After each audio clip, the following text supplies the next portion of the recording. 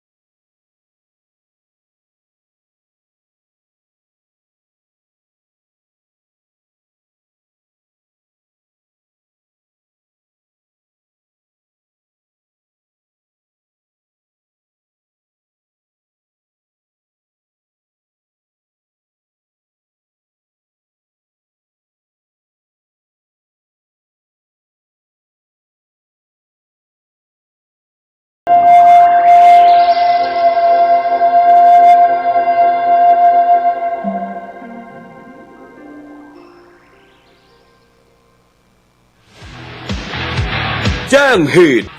เหตุมีเหตุด่วนจำเป็นไม่สามารถไปเลือกตั้งสมาชิกสภาเทศบาลและนายกเทศมนตรีได้สามารถแจ้งเหตุไม่อาจไปใช้สิทธิ์เลือกตั้งได้ระหว่างวันที่ 4 ถึง 10 พฤษภาคมและ 12 ถึง 18 พฤษภาคม 2568ผู้มีสิทธิ์เลือกตั้งสามารถแจ้งเหตุไม่ไปใช้สิทธิ์เลือกตั้งได้ดังนี้ 1. แจ้งเหตุไม่อาจไปใช้สิทธิ์เลือกตั้งด้วยตนเองโดยยื่นแบบสถทับผถ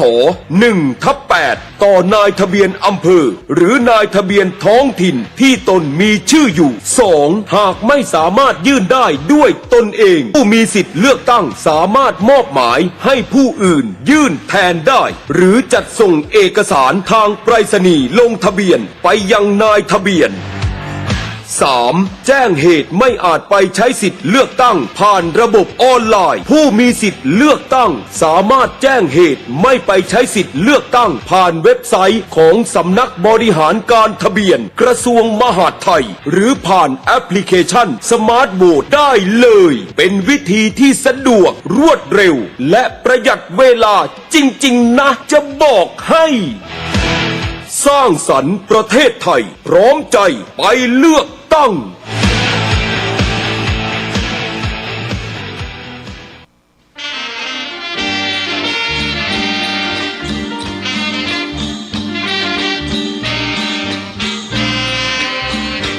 กสิกรแข็งทำเป็นกระดูกสันหลังของชาติไทยจะเรืองอำนาจเพราะไทยเป็นชาติกสิกรรมกสิกรแข็งทำเป็นกระดูกสันหลังของชาติไทยจะเรืองรายการต่อจากนี้ไปขอเชิญท่านผู้ฟังทุกท่านเข้าสู่รายการดีมีคุณค่าน่าติดตามรายการเกษตรเพื่อชีวิตดำเนินรายการโดยกลุ่มรักเกษตรประสานงานโดยนายพิชัยคงพิทักษ์คณะเกษตรมหาวิทยาลัยเชียงใหม่หมายเลขโทรศัพท์053944030ขอเชิญทุกท่านติดตามรับฟังได้ณบัดนี้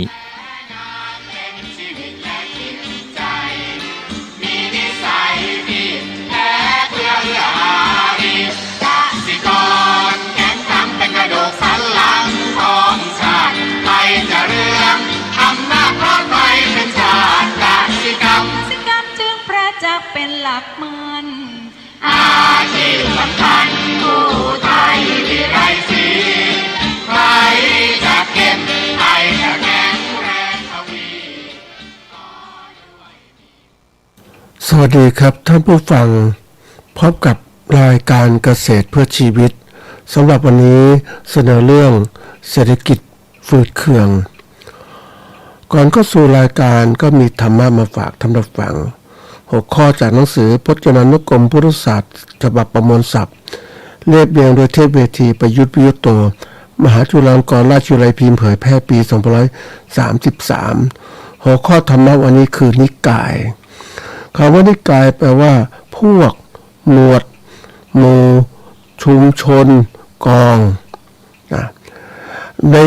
ที่นี้จะเสนออยู่2ข้อก็คือนิกายคือหมวดตอนใหญ่แห่งพุทธพจน์ในพระสุตตันตปิฎกซึ่งแยกเป็นทีฆนิกายมัชฌิมานิกายสังยุตตนิกายอังคุตตรนิกายและคุตทรนิกายอันนี้อยู่ในพระไตรปิฎกในความหมายที่2แปลว่า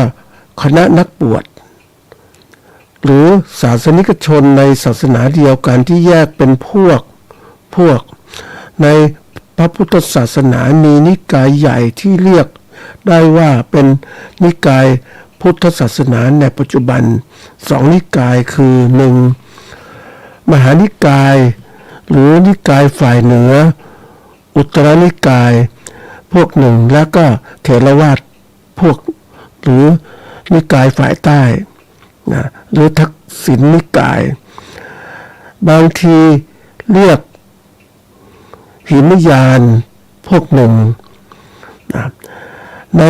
ประเทศไทยในปัจจุบันนั้นพระภิกษุสงฆ์ในพระพุทธศาสนาฝ่ายเถรวาทด้วยกันแยกออกเป็น2นิกายแต่เป็นเพียงนิกายสงฆ์ไม่ใช่ถึงกับเป็นนิกายพุทธศาสนาคือแยกกันเฉพาะในหมู่นักบวชได้แก่มหานิกายแล้วก็ธรรมยุตินิกายซึ่งบางทีเรียกเพียงเป็นคณะว่าคณะมหานิกายและคณะธรรมยุติอันนี้คือสิ่งที่ปัจจุบันเราแยกกันเพราะฉะนั้นคำว่านิกายเนี่ยก็อย่างที่บอกมีความหมายคือหมวดหรือตอนแห่งพุทธพจน์ในพระสุตตันตปิฎกแล้วก็อย่างหนึ่งก็แปลว่าคณะนักบวชในหรือศาสนิกชนในศาสนาเดียวกันที่แยกเป็นพวกนะนี่อันนี้ก็ถึงก็มันก็ธรรมชาตินะท่านผู้ฟังว่าทุกสิ่งทุกอย่างมันก็ต้องมีการก็เรียกเปลี่ยนแปลงไปเรื่อยนะท่านผู้ฟังเพราะว่ามันเป็นการบัญญัติขึ้นมาในเริ่มต้นเนี่ยก็คงไม่มีหรอกเป็นนิกายเป็นอย่างเดียวกันแต่เมื่ออยู่ไปนานความผิดเพี้ยนในสัตธรรมปฏิรูปมันเกิดขึ้นก็มีการที่จะแยกกันไปนะแยกกันไป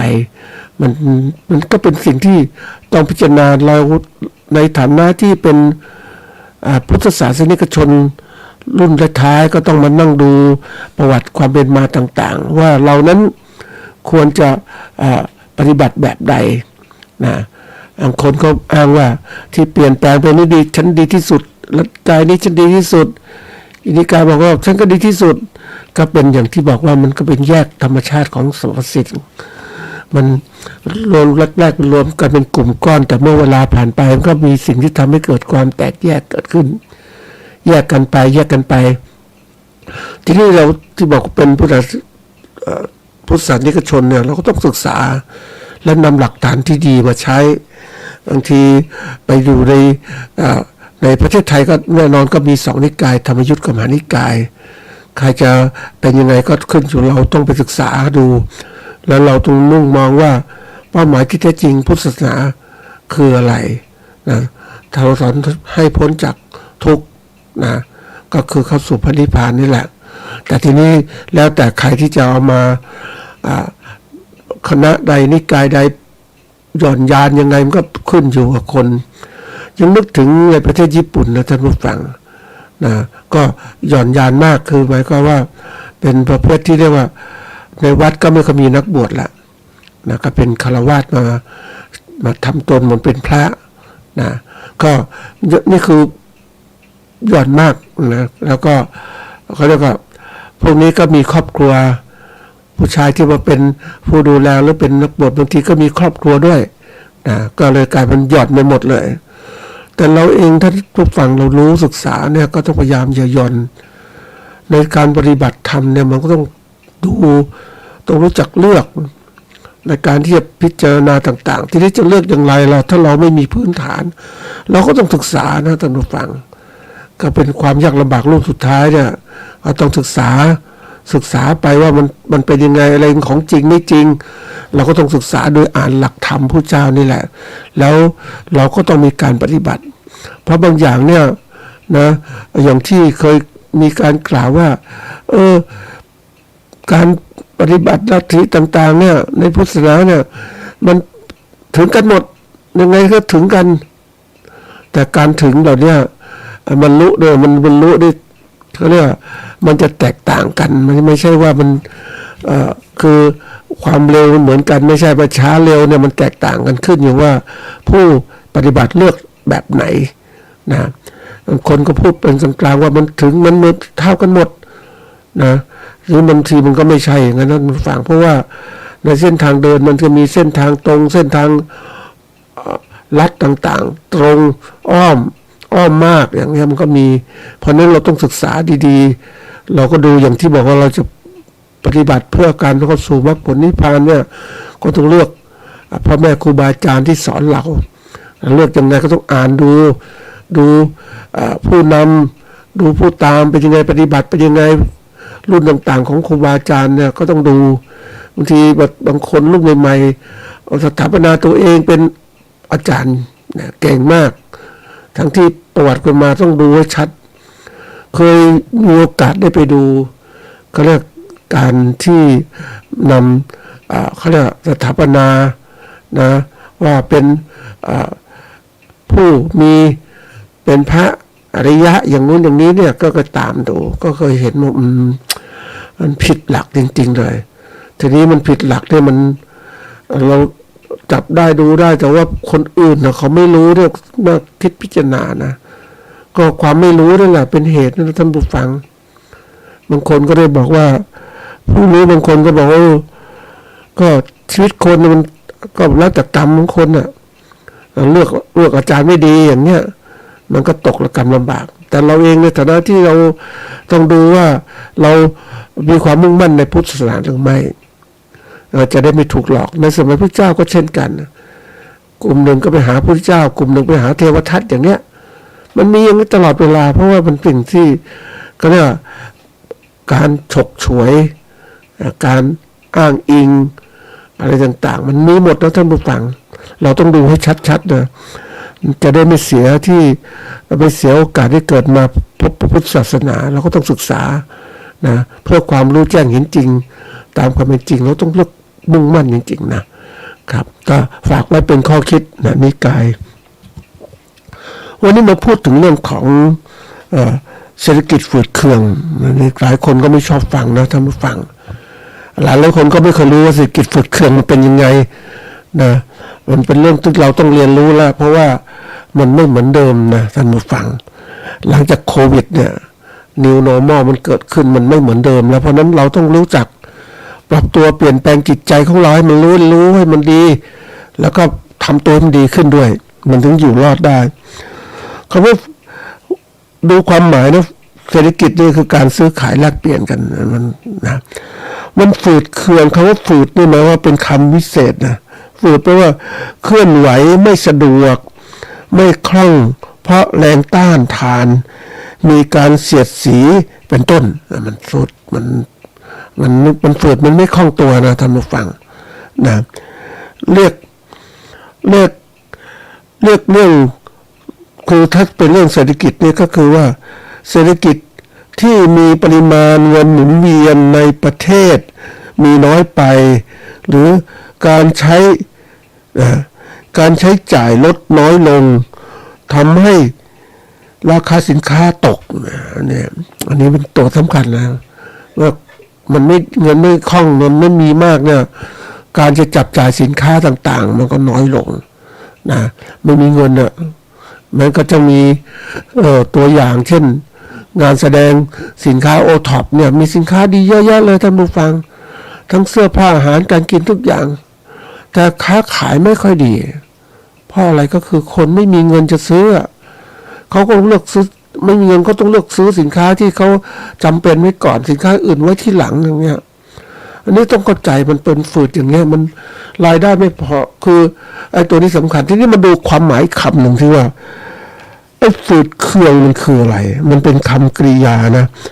คือว่ามีไม่สู้จะพอใช้พอสอยนะมีไม่ใช่มีไม่สู้จะพอใช้พอสอยคือมันมีไม่มากนะไม่มากเต็มที่จะใช้เต็มที่มันก็เลยประหยัดจับจ่ายนั่นแหละเดี๋ยวนี้คนก็ประหยัดนะท่านผู้ฟังคือนั่งคิดถึงทำไมคนคือตัวขยับไม่ได้เพราะว่าจะเพิ่มรายได้ก็ไม่ได้คือตัวอย่างนะอุตสาหกรรมเนี่ยนะก็ผลิตสินค้าไปเยอะอย่างเสื้อผ้าอย่างนี้ผลิตไปทีนี้มันก็ผลิตไปก็ใช้แรงงานคนใช่ไหมท่านผู้ฟังแรงงานคนเยอะแยะนะเสร็จแล้วก็ขายสินค้าพวกนี้ไม่ค่อยได้มากเพราะว่าคนไม่มีกำลังซื้อมันก็หดตัวใช่ไหมคนไม่มีกำลังซื้อเสื้อผ้าก็หยุดเพราะฉะนั้นโรงงานก็เริ่มที่จะปลดคนงานออกรักษาสิ่งที่จำเป็นไว้นะก็นักคิดว่าเคยเจอเรื่องนี้จริงๆท่านผู้ฟังตอนช่วงโควิดนู้นเราก็บริษัทหนึ่งนะผลิตเสื้อผ้าผลิตต่างๆทั้งหมดเลยก็เริ่มมีปัญหาว่าผลิตสินค้าไปขายไม่ได้เจ้าของธุรกิจก็จะลดคนงานจะให้ออกแต่คนงานก็ไม่อยากออกก็ลดเงินเดือนตัวเองครึ่งหนึ่งเลยท่านผู้ฟังประคับประคองเพราะไม่รู้จะไปคนงานก็ไม่รู้จะไปไหนไอ้เจ้าของก็ไม่รู้จะทำไงคนงานมาขออย่างนี้ก็ประคองไปคือลดเงินเดือนครึ่งหนึ่งเนี่ยท่านผู้ฟังสมมติรายงานวันละ300 บาทเงี้ยก็เหลือ110 บาทก็เอาเพราะว่าคนงานไม่รู้จะไปไหนประคับประคองธุรกิจนี้โอ้โหมันนานนะท่านผู้ฟังกว่ามันไปไม่ไหวมันที่ไม่ไหวจริงๆเสื้อผ้าก็ค้างสต็อกผลิตมาก็ขายไม่ได้นี่คือตัวอย่างแล้วมันก็เกิดภาวะของการฝืดเงินจับจ่ายใช้สอยไม่คล่องตัวนะมันเกิดมันธุรกิจเกษตรก็เช่นกันอย่างที่ที่มาของอันนี้ก็คือไปเจอธุรกิจเกษตรที่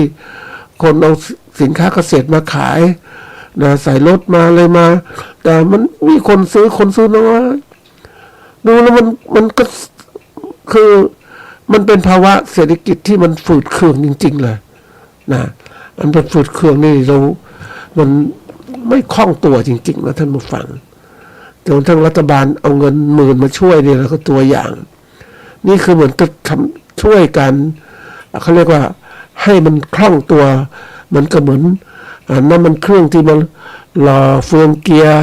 ให้มันลื่นไหลหน่อยคนได้มีโอกาสขยับนู่นขยับนี่ไปมันจะเป็นเดินธุรกิจได้มันธุรกิจนี่มันลามมาทั่วโลกนะท่านผู้ฟังมันไม่ใช่ว่าอยู่เฉพาะในประเทศเดี๋ยวนี้มันทั่วไปถึงหมดแล้ว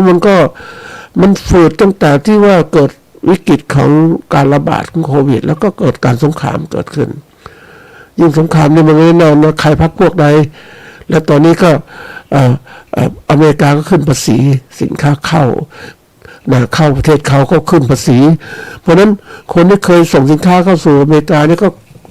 สินค้ามันแพงใครจะซื้อก็ขายไม่ก็ได้อีกมันหดตัวมันเป็นการบีบคั้นทำให้เศรษฐกิจของโลกมันหดตัวลงอย่างมาก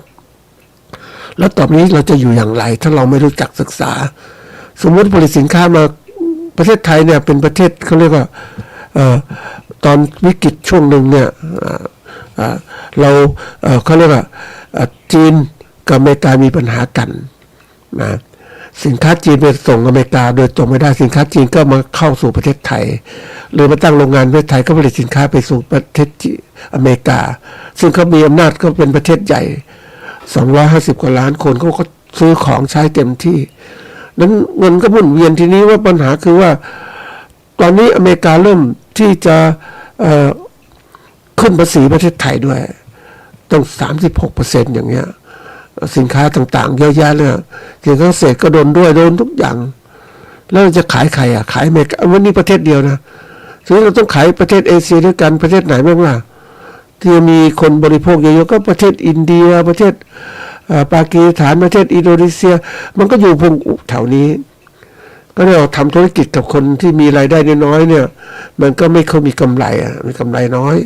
แต่ทำธุรกิจกับคนรวยเนี่ยโอ้เราได้เงินกำไรเยอะอย่างเนี้ยตอนนี้ก็เริ่มหดตัว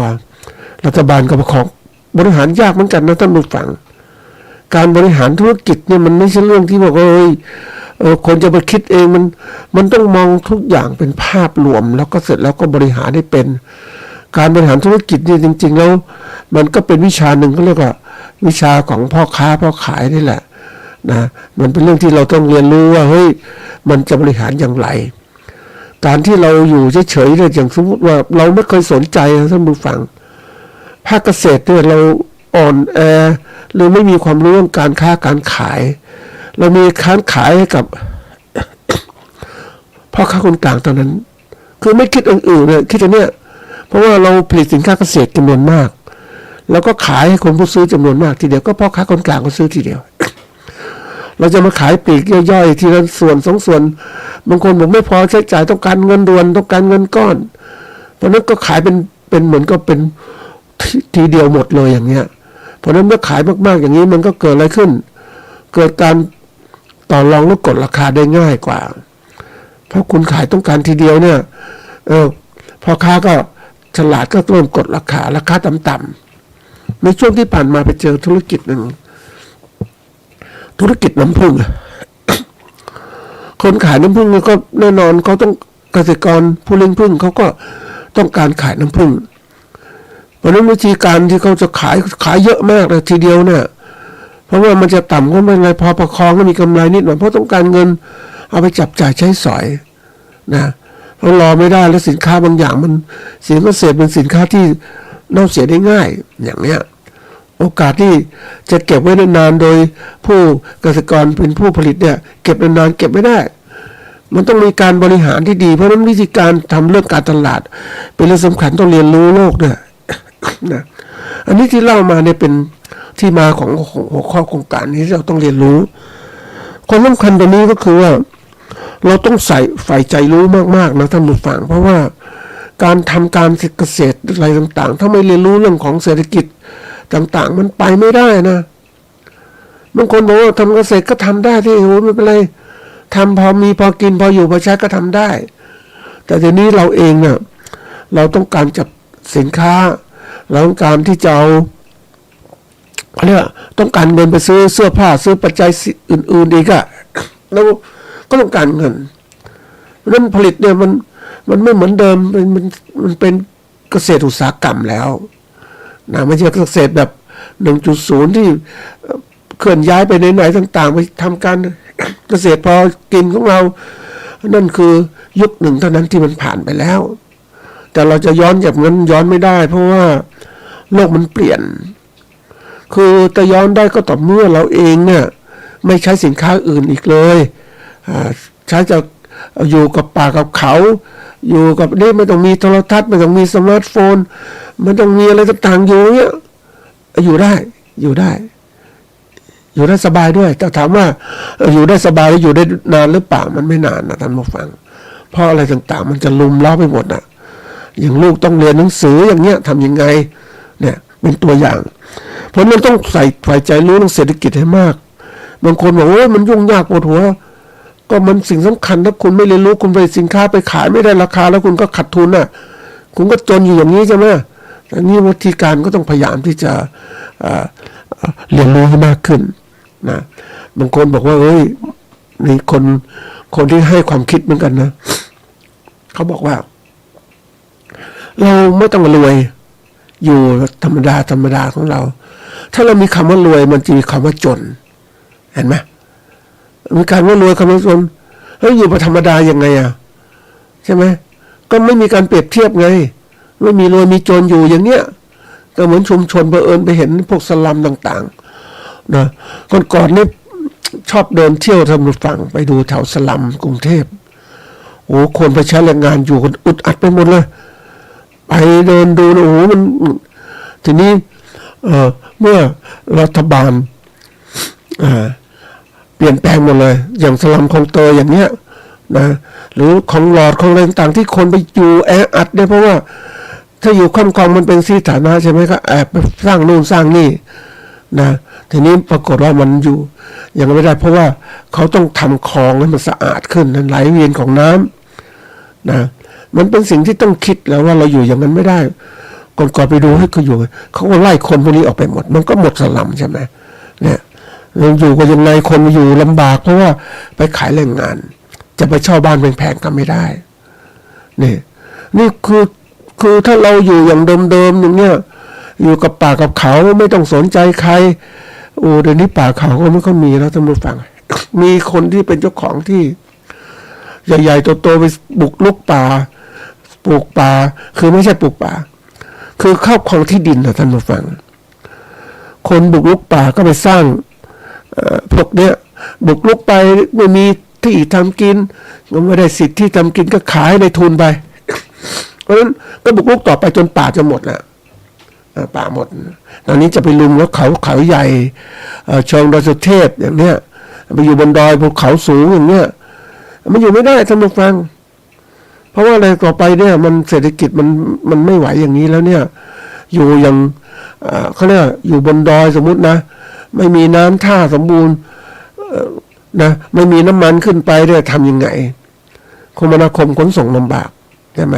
อันนี้มันเรื่องต้องคิดแล้วนะมันเปลี่ยนเพราะนั้นคนต้องเข้าใจเศรษฐกิจที่มันเปลี่ยนแปลงนะเศรษฐกิจวันนี้มันต้องบอกว่ามันเป็นทุนนิยมที่น่ากลัวเราจะอยู่แบบอะไรเอาวิธีการอย่างดั้งเดิมมาอยู่กับทุนนิยมมันอยู่ไม่ได้หรอกทุนนิยมก็นิยมทุนนิยมเงินทองนิยมความร่ำรวยคุณต้องร่ำรวยถ้าคุณไม่ร่ำรวยอยู่ไม่ได้นะไปเห็นคนที่ซื้อสินค้านะมันฟังเขาตามห้างต่างๆเนี่ยเขาเดินไปหมดเลยเดินไม่มีเงินซื้อทั้งหมดเพราะเขาก็ต้องรู้มองคนดูแต่คนรวยเขาเดี๋ยวนี้เขาไม่เดินเท่าไหร่ละเขาไปชมสินค้าปุ๊บก็ถ่ายรูปไปก็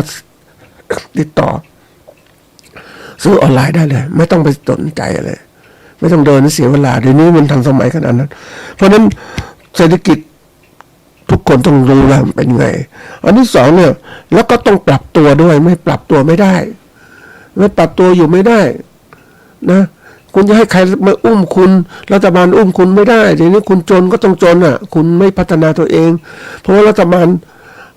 าลก็เป็นทุนนิยมเหมือนกันบริหารแบบนี้เพราะฉะนั้นเขาก็ต้องคนที่รวยมาบริหารมีอำนาจต่างๆเนี่ย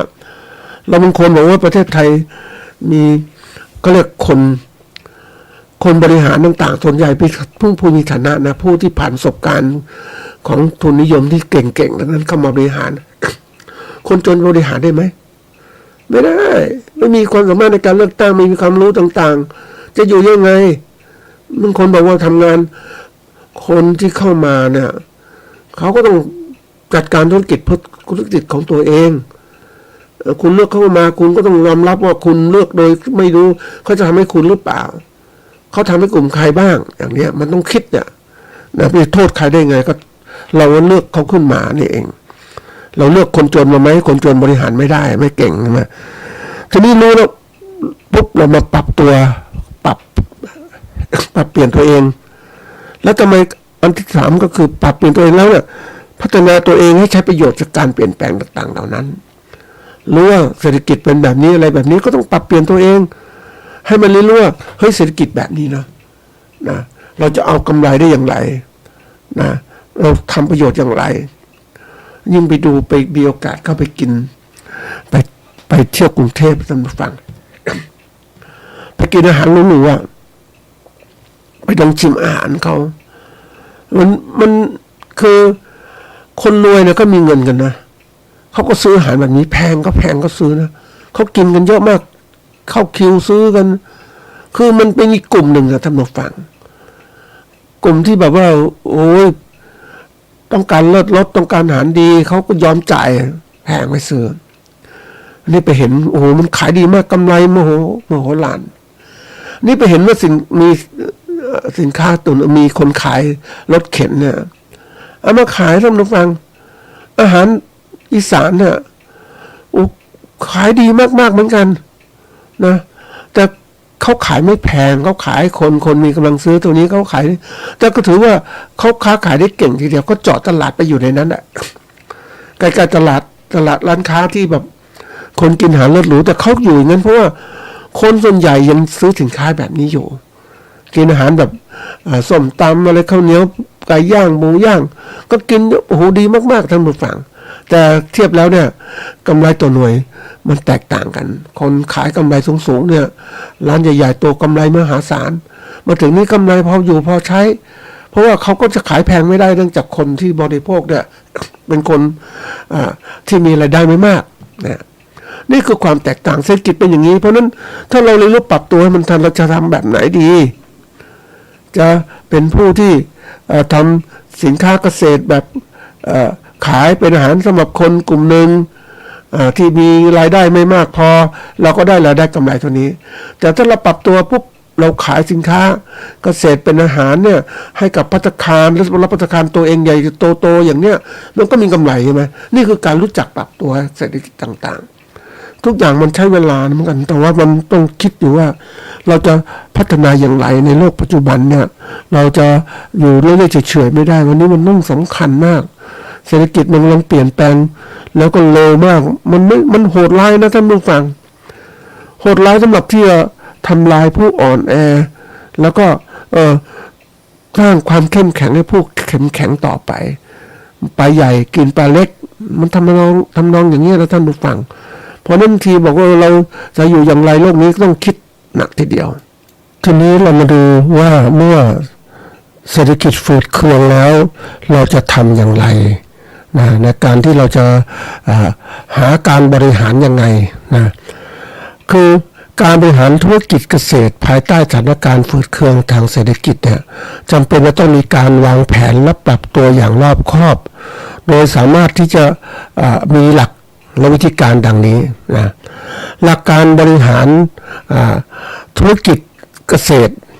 ภายใต้สถานการณ์ภาวะเศรษฐกิจฝืดเคืองเนี่ยอันที่หนึ่งก็คือว่าการใช้ทรัพยากรอย่างคุ้มค่าทุกสิ่งทุกอย่างที่เรามีอยู่เนี่ยทรัพยากรไม่ว่าที่ดินทุนแรงงานการประกอบการทุกอย่างเนี่ยจำเป็นต้องใช้อย่างคุ้มค่าที่สุดคือมีประสิทธิภาพสูงสุดนะใช้ปัจจัยผลิตเช่นเมล็ดพันธุ์ปุ๋ยน้ำแรงงานอย่างประหยัดและเกิดประโยชน์สูงสุดต้องคิดตรงนี้นะ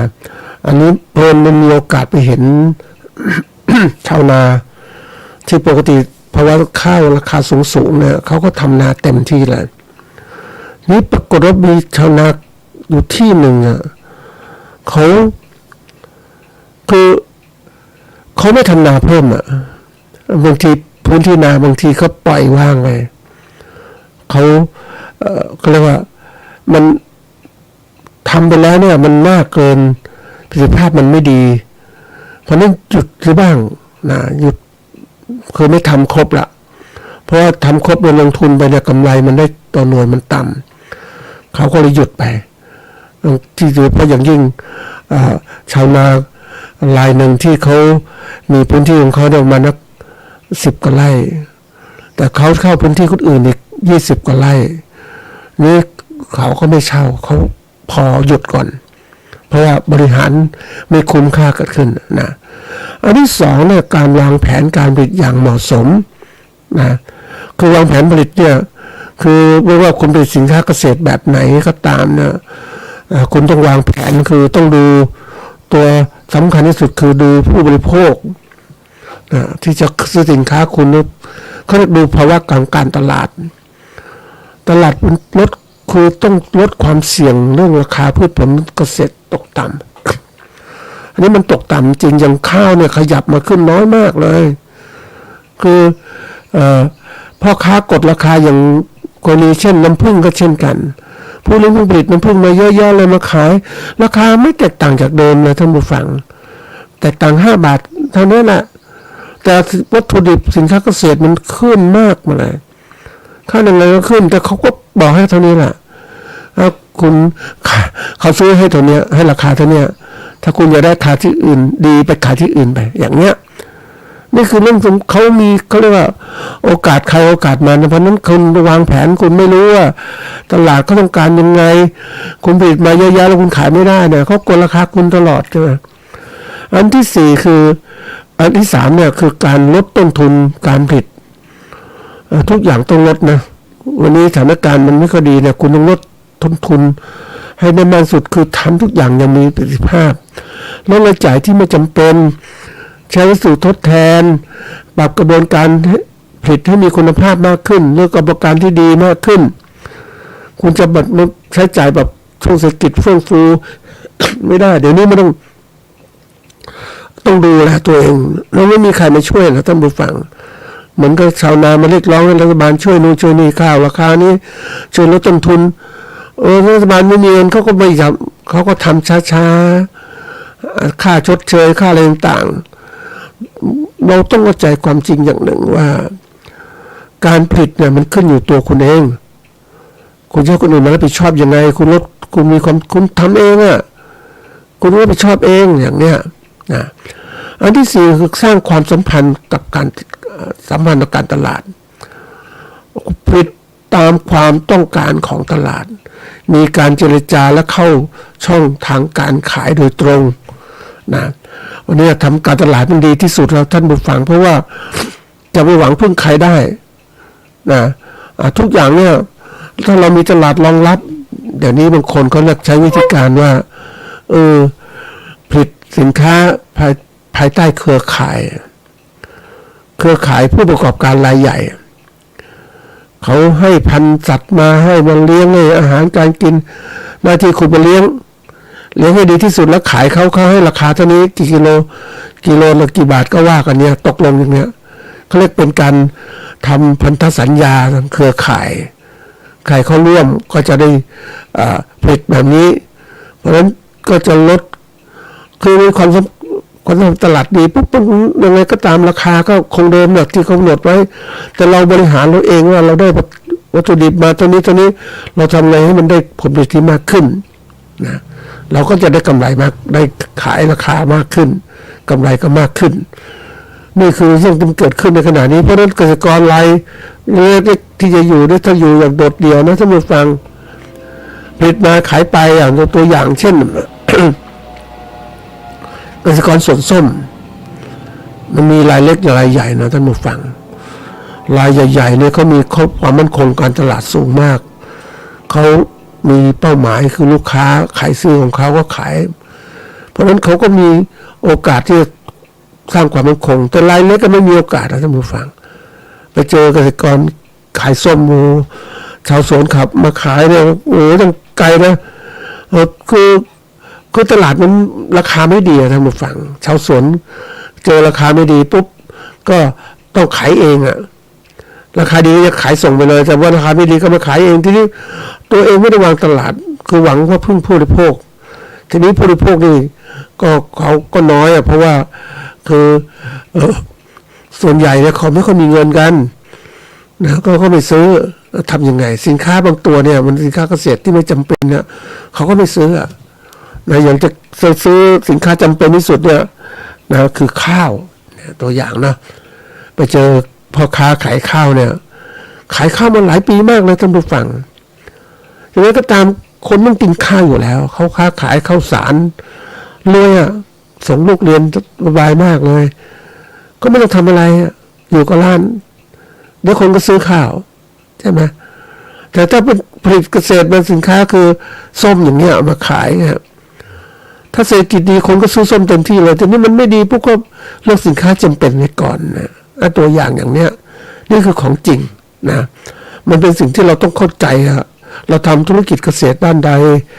ทำพืชผักทำผักต่างๆทำไม้ผลต่างๆไม้ผลขายสดไม้ผลขายที่เก็บไว้ได้มันต้องดูให้ชัดเจนนะอันที่ห้าคือบริหารความเสี่ยงคำว่าความเสี่ยงคือสิ่งที่เกิดขึ้นสิ่งที่ไม่พึงปรารถนามันเกิดขึ้นนะไม่ตรงตามที่เราต้องการมันเกิดขึ้นเรื่องอื่นที่ไม่ตรง ความต้องการทีนี้มันต้องมีความเสี่ยงต้องบริหารให้เป็นอย่างเราผลิตสินค้าเกษตรจริงๆมันเสี่ยงมากๆนะท่านผู้ฟังคนที่มองการเกษตรแบบธรรมดาคือไม่รู้ความคือเกษตรกรเป็นผู้ที่ทนนะท่านผู้ฟังอดทนแล้วก็เงียบไม่พูดเพราะทำอาชีพกับความเสี่ยงคือถ้าเกษตรกรแบบดั้งเดิมคือผลิตไม่กินไม่ใช้ก็โอเคไม่ก็กินทำเนี้ยก็ยอมรับแต่ทีนี้ถ้าผลิตไปขายนะปุ๊บมันเริ่มมีความเสี่ยงจากการผลิตต่างๆภัยพิบัติธรรมชาติต่างๆนะวัตถุดิบมันแพงขึ้นเสี่ยงกับการขายที่ไม่ได้ราคาเนี่ยโอ้มหาศาลทีเดียวทีนี้มันก็มีวิธีการที่ว่าบริหารความเสี่ยงมันมีหลักการกระจายความเสี่ยงนี่ก็คือว่าอย่างเราปลูกพืชเนี่ยชนิดเดียวเนี่ยเป็นปลูกหลายชนิดไว้เลือกพันธุ์พืชที่ทนต่อโรคศัตรูต่างๆแล้วก็ใช้หลักประกันพืชผลผลิตพืชอย่างเนี้ย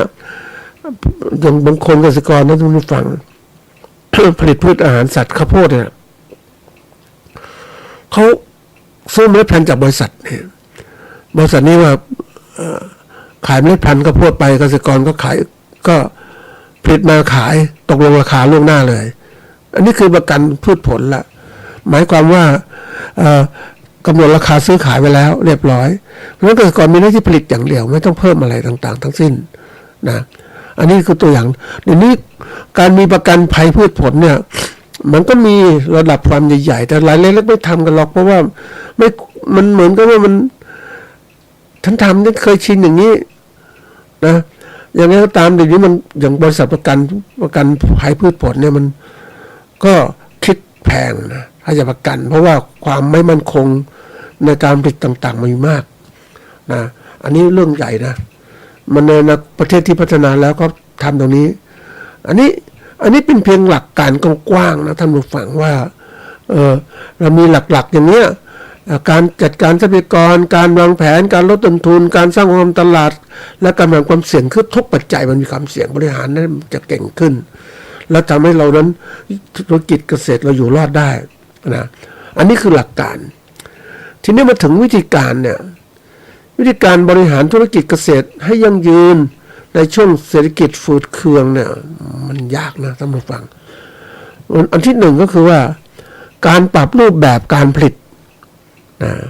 รูปแบบผลิตเราเนี่ยปกติเราเคยใช้แต่ก่อนเกษตรธรรมชาติเกษตรอินทรีย์ธรรมชาติมาเกษตรแบบอุตสาหกรรมเกษตรเคมีเกษตรอุตสาหกรรมเพราะนั้นมันก็เจาะจงกับพืชผลที่เราจะผลิตเป็นอุตสาหกรรมของเรา เพื่อจะขายเพราะฉะนั้นการปรับรูปแบบจากที่ว่าจากอย่างเดียวเนี่ยมันเป็นหลากหลายเนี่ยมันก็ทำให้การผลิตของเรายุ่งยาก แต่มันยุ่งยากคือมันลดความเสี่ยงนะท่านผู้ฟังเพราะว่าทำอย่างเดียวถ้ามันสินค้าอย่างเดียวไม่ได้ราคาก็ขาดทุนอ่ะใช่ไหมเราทำอะไรตัวปลูกพืชผักปลูกอะไรต่างๆไว้ด้วยไม้ผลด้วยมันช่วยลดความเสี่ยงกระจายความเสี่ยงที่เกิดขึ้นนะแล้วก็เดี๋ยวนี้เคมีเกษตรก็พยายามลดน้อยลงนะอย่างเราผลิตพืชผักอินทรีย์เนี่ยลดน้อยลงนะแต่เกษตรอุตสาหกรรมก็ใช้เราก็เกษตรแบบธรรมชาติก็พัฒนาอย่างนี้ก็ลดมันใช่นะพวกไปดูร้านเคมีเกษตรเดี๋ยวนี้มันหดตัวอย่างมากเลยท่านผู้ฟังในช่วงเศรษฐกิจเฟื่องฟูสมัยก่อนโอ้ยร้านเคมีเกษตรปุ๋ยยาฆ่าแมลงเต็มไปหมดเลยในชุมชนต่างๆชุมชนเกษตรนั่นแหละอันนี้มันน้อยลงนะท่านผู้ฟังนะเพราะว่าขายไม่ค่อยดีแล้วก็เดี๋ยวนี้คนก็พยายามใช้ที่นี้ต่างๆมาใช้เอาเรื่องของการเกษตรแบบไม่ใช้สารเคมีลดการใช้สารเคมีเกษตรธรรมชาติเอามาใช้ก็ช่วยการปรับการผลิตจะผลจะดีหรือไม่อาจจะไม่ดีหรอกแต่ว่ามันเป็นการลดต้นทุนนะอันนี้สำคัญมากเรื่องของการปรับการผลิตอันที่สองนะควบคุมต้นทุนการผลิตอย่างใกล้ชิดเลยนะเราก็ต้องทำการผลิตบันทึกรายรับรายจ่ายต่างๆต้นทุนรวมต่อหน่วยยังไงพยายามลดต้นทุนค่าใช้จ่ายที่คงที่แล้วก็หาลดต้นทุนอื่นๆลดลงไปอีก อันนี้เกษตรกรส่วนใหญ่ไม่ค่อยทำกันตั้งแต่นานมาแล้วเพราะว่าการคิดต้นทุนมันคิดยุ่งยากรัฐบาลก็ให้เหมือนกันนะท่านผู้ฟัง ให้วิธีการคิดต้นทุนอย่างนี้แต่เกษตรกรไม่ก็บันทึกหรอกคือก็คิดว่าผลิตไปธรรมดาไม่เป็นไรแต่เรื่องของการผลิตแบบธุรกิจแบบเศรษฐกิจฝืดเคืองมันต้องวิกฤตมากนะต้องพยายามทำคนเราเขาบอกว่าเราต้องหัดบันทึกรายรับรายจ่ายของเราเพื่อจะความเรียกว่าดูว่าเราจะมีเงินจับจ่ายใช้สอยอย่างไรให้มันถูกทางการบันทึกรายรับรายจ่ายเนี่ยมันเห็นช่องทางการบริหารนะอันไหนแพงเกินไปอันไหนถูกไปซื้อนะอย่างเนี้ยอันไหนแพงไปก็งดไปซื้อสินค้าอื่นมันเราดูต้นทุนดูตัวเลขก็เห็นแล้วเราซื้อสินค้าอะไรนะอันที่สามเนี่ยเรื่องขยายช่องทางตลาดนะอันนี้ถ้าคนไม่เตรียมก็ลำบากนะคือปกติเกษตรกรน่าจะขายสินค้าเกษตรให้กับค่าคนกลางแต่นี่มาเจอราคามันตกต่ำเขากดราคาเงี้ยเพราะฉะนั้นมันต้องเปิดการขายตรงถึงผู้บริโภคเช่นตลาดนัดตลาดเกษตรอินทรีย์ตลาดออนไลน์ต่างๆต้องรีบทำเลยก็มีเกษตรกรบางคนที่เก่งนะท่านผู้ฟังเขาทำตรงนี้มานานในช่วงวิกฤตเศรษฐกิจเนี่ยวิกฤตโควิดเนี่ยท่านผู้ฟังเขาไปเรียนเรื่องการตลาดออนไลน์ว่าทำยังไงค้าขายยังไงนี่เรื่องโควิดมาตูมเดียวเนี่ยคนไม่มาซื้อสินค้าที่ร้านเขาเยอะมากเลยแต่เขายังอยู่ได้เพราะอะไรตลาดออนไลน์ เขาค้าขายออนไลน์ได้ประคับประคองธุรกิจของเขาได้เพราะว่าอะไรก็คือว่า คนกลัวโควิดติดโควิดอยู่กับบ้านแต่เขาค้าขายออนไลน์ก็ส่งไปใช้บริการต่างๆส่งไปมันอยู่ได้จริงๆท่านผู้ฟังแต่คนที่ไม่เตรียมตรงนี้โอ้โหมันลำบากมากเลย สินค้าเกษตรขายไม่ได้ราคานะอันนี้ตัวอย่างเลยงั้นบางทีจึงต้องฝึกไว้ว่าการค้าสินค้าเกษตรจำเป็นอย่างยิ่งที่ต้องมีตลาดของตัวเองนะไว้ประกันความผิดพลาดต่างๆเกิดขึ้นเราอย่าหวังพ่อค้าคนกลางเขาเต็มที่เราต้องมีช่องทางเลือกของเรานะอันนี้คือตัวสำคัญนะแล้วก็อันถัดมาคือวิธีการที่คือบริหารเงินทุนอย่างรอบคอบมากต้องเต็มที่เลยหลีกเลี่ยงการกู้เงินมากเกินไปวางแผนการเงินระยะยาวระยะสั้นระยะยาวนะเพื่อเงินทุนสำรองไว้ในยามฉุกเฉินต้องเตรียมไว้อย่างภาวะวิกฤตขนาดนี้ที่เกิดขึ้นว่าตอนนี้แค่เศรษฐกิจฝืดเคืองนะท่านผู้ฟังแต่ถ้าเกิดวิกฤตสงครามเกิดขึ้นทำยังไงประเทศต่างๆเขาเข้าคู่สงครามการทำกันเนี่ยแล้วก็บีบคั้นเราจะส่งสินค้าไปขายฝ่ายใดฝ่ายหนึ่งไม่ได้มันต้องเข้าฝ่ายหนึ่งนี่มันเกิดขึ้นจริงๆเราทำยังไงเราไม่เคยเตรียมตัวเราไม่เคยรองรับเพราะเมื่อไปเจอได้ฟังข่าวเรื่องหนึ่งของในประเทศทางยุโรปเขาเตรียมตัวรับเขาเรียกว่ารับภาวะสงครามเขาก็มีการที่ว่ามีเขาเรียกว่าเป็นกระเป๋าหลังของเขาเนี่ยกระเป๋าที่เป้สะพายหลังเนี่ยเขาสามารถที่จะบรรจุอาหารที่สามารถกินได้ถึง3 วันเนี่ยอันนี้สำคัญเพราะอะไรก็คือว่าเราไม่แน่ใจอะไรจะเกิดขึ้นก็เผื่อไว้เพราะว่าอันนี้ถ้าเราไม่มีอย่างนี้เราต้องมีอาหารในกินของเรามีข้าวในยุ้งมีอะไรไว้เผื่อไว้เพราะว่าถ้าเกิดเป็นฉุกเฉินเนี่ยตอนนี้มันโลกมันแบ่งฝ่ายนะ แบ่งเป็น3 ก๊กเนี่ยนะเราอยู่ตรงกลางก็ไม่ได้เหมือนกันนะมันบีบอะบางเทศบางบีบให้เราเข้าข้างฝ่ายนี้ฝ่ายนี้ตอนนี้เรามีพันธมิตรของเราเนี่ยนะบิดก็ตัวหนึ่งที่ช่วยเราแล้วก็เครือข่ายอินเดียที่เกิดขึ้นมาใหม่เนี่ยนะก็นั่นคือเป็นสิ่งที่เราจะเข้าเครือข่ายกันเพราะว่าอะไรก็คือว่าทุกหลังมันมีเครือข่ายก็พวกช่วยเพื่อนๆก็ช่วยกันเนี่ยนะเนี่ยอันที่5เนี่ยวิธีการคือรวบรวมกลุ่มเครือข่ายเกษตรกรใช้เกษตรกรร่วมกันใช้กำจัดร่วมกันช่วยกันวางแผนกำลังการตลาดเพื่อหน้าต่อรอง จริงๆแล้วช่วงเหล่านี้ควรจะต้องทำนานแล้วแต่ว่าคนไม่คือวิกฤตไม่มีวิกฤตคนก็ไม่รวมกันแต่เกิดวิกฤตอะจะรวมกันคนไทยก็มีนิสัยอื่นคือว่าถ้าไม่มีสงครามก็ต่างคนต่างอยู่แต่มีสงครามก็มาร่วมกัน แต่ทีนี้ถ้าทำธุรกิจมันสงครามตลอดเวลานะท่านผู้ฟังมันไม่ใช่เรื่องธรรมดานะสงครามธุรกิจสงครามเศรษฐกิจเนี่ยมันเป็นสงครามนะที่ต้องเอาชนะกันที่เอาค้าขายกันถ้าเราไม่ทำธุรกิจขายไว้เนี่ย มันไปไม่ได้เครือข่ายของเกษตรกรเนี่ยยอมรับเลยว่ามันอ่อนแอไม่มั่นคงคนที่รวมตัวเครือข่ายเนี่ยเคยสัมผัสกับเขาเคยคุยกับเขาว่าคุณบริหารยังไงบ้าง ที่มาช่วยกลุ่มเพราะอยากให้กลุ่มดีแต่กลุ่มไม่ทำงานต่างๆนะออกไปทำเองดีกว่าเขาออกเลยนะกรรมการออกไปทำธุรกิจเลยแบบเนี้ยเพราะว่ามันเบื่อหน่ายกับการที่มาคอยคอยพักคอย จูงใจคนที่ไม่จริงใจในการทำงานเขาก็ทิ้งอ่ะปรากฏว่ากลุ่มเนี่ยกรรมการทุกคนนะหลายคนน่ะกลายเป็นผู้ประกอบการรายใหญ่กันหมดแล้วรายเล็กรายกลางกันหมดแล้ว เพราะฉะนั้นเกษตรกรที่มันร่วมไม่พัฒนามันก็เลยทิ้งถูกเขาทิ้งอ่ะถูกทิ้งก็เลยกลายเป็นว่าเป็นกลุ่มที่ตกต่ำลำบากเป็นเกษตรกรที่ลำบากมากเพราะการกับกลุ่มของเราไม่มั่นคงนั่นเองนะอันที่6ก็คือวิธีการคือเน้นคุณภาพมากกว่าปริมาณนะมันก็เป็นเรื่องสำคัญนะท่านผู้ฟังการทำสินค้าการเป็นสินค้าคุณภาพสูงขายได้ราคาดีกว่าและแม้ปริมาณน้อยกว่าก็ตามแต่ขายได้กำไรมากกว่าและได้รับความเชื่อถือจากผู้บริโภคนะการสร้างความยั่งยืนในตลาดระยะยาวอันนี้สำคัญมากแล้วเกษตรกรส่วนใหญ่ไม่ก็ใส่ใจอยากผลิตสินค้าเกษตรมากๆกันในก็ได้อย่างนี้ขายได้ปริมาณเยอะเนี่ยมันดีแต่คุณรู้ไหมว่าขายปริมาณเยอะเนี่ยมันล้นความต้องการของผู้บริโภค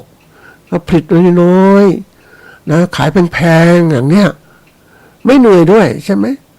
แต่คนส่วนใหญ่ชอบเอาปริมาณเป็นตัวตั้งแล้วราคาขายปริมาณมากสินค้าเกษตรก็ตกต่ำจนราคาต้นทุนตกต่ำแต่ปริมาณน้อยนี่เป็นที่ต้องการตลาดใช่ไหมเขาจะบริหารให้เป็นเนี่ยนะเคยดูบริษัทใหญ่ๆที่เขาทำอย่างเนี้ยอย่างกรณีไข่ไก่มันเยอะนี่นะแม่ไก่ผลิตมาเยอะเนี่ยสินค้าไข่ไก่เต็มตลาดแล้วราคาก็ตกสิมันธรรมชาติอ่ะแต่รายใหญ่ก็สั่งแล้วให้ต้องกำจัดนะทำไงก็ต้องทำลายไก่แม่ไก่ลดน้อยลงลูกเจี๊ยบที่เราจะเป็นแม่ไก่ก็ถูกขายไปทั้งอื่นหมดไม่มาผลิตไม่การผลิตแม่ไก่ไข่อ่ะเพราะนั้นเมื่อเป็นนี้ปุ๊บปริมาณไข่ก็ลดก็ยังคงที่เหมือนเดิมคือน้อยคุมได้นี่ก็คุมได้นะเพราะนั้นราคาไข่ไก่ในตลาดก็ยังคงที่ไม่มากเกินไปสามารถขึ้นราคาได้ก็บางอย่างจะให้ขึ้นราคาก็ลดปริมาณไข่ไก่ลงหน่อยนะเพราะฉะนั้นก็ราคาก็ขึ้นแต่เกษตรกรถามว่าทำอย่างนี้ได้ไหมเกษตรกรเล็กเกินไปทำไม่ได้ไม่คุมไม่เป็นมันก็เลยลำบากเลยว่าเนี่ยทำแล้วเป็นช่วงที่มีปัญหาเกิดขึ้นนะเพราะฉะนั้นการบริหารธุรกิจเกษตรในช่วงที่กิจฝืดเคืองต้องอาศัยการวางแผนที่ดีมากนะท่านผู้ฟังมันเป็นเรื่องยากก็จริงแต่ถามว่ามันเป็นเรื่องที่แบบสำคัญนะท่านผู้ฟังเพราะว่าเราเองอยากจะอยู่บนโลกของเนี่ยก็ต้องพยายามที่ต้องฝึกตัวเองว่าเฮ้ยทำยังไงเกษตรยังไงมันดีขึ้นคือที่เคยตั้งคำถามว่าประการแรกตั้งคำถามตัวเองว่าทำเกษตรไปเพื่ออะไรนะอันนี้นะอันที่สองก็ตั้งคำถามว่าเราจะทำไงทำการเกษตรมันดีขึ้นให้มันมั่นคงยั่งยืนเศรษฐกิจจะเป็นยังไงก็ฉันก็ชนะได้อย่างเนี้ยนี่ตัวนี้สำคัญมันซึ่งที่ว่าต้องเป็นมืออาชีพท่านผู้ฟังมืออาชีพเป็นมือบริหารมือมองเรื่องราวต่างๆได้ชัดเจนไม่ใช่ทำเกษตรแบบทำตามกันเนี่ยมันก็พากันเจ๊งกันสิท่านผู้ฟังโอ้นี่มันต้องคิดใหม่เฮ้ยแต่ออกมาไม่ใช่อยู่ในที่คิดแบบเดียวกันเลยเดียวกันเดี๋ยวนี้ระบบงานต่างๆมันน่ากลัวนะท่านผู้ฟังทำให้เกษตรกรมีความคิดแบบเดียวกันตลอดเวลามันมีความหลากหลายไม่มีอะไรต่างๆที่เกิดขึ้นมันก็กลายเป็นว่าทำอย่างเดียวกันเป็นสินค้ามากๆเดียวกันที่สุดก็ตกต่ำดูบริษัทเอกชนที่เขาเก่งๆนะบริหารนะเขามีความคิดหลากหลายนะช่วงใดจะให้ราคามันสูงช่วงใดให้ราคาเขาสามารถบริหารได้เขาเพื่อความมั่นคงธุรกิจของเขาอ่ะแต่เกษตรกรบริหารตรงนี้ได้ไหมก็ยังไม่ได้เพราะรวมกลุ่มกันไม่เป็นแล้วคิดกันยังเหมือนเดิมเขาก็เลยเกษตรกรก็เลยกลายเป็นเหยื่อให้เขาอ่ะถ้ามาฟังเหยื่อที่นักในทุนต่างๆจะบีบ ทุนนิยมมันบีบมันอยู่ตรงเนี้ยเพราะนั้น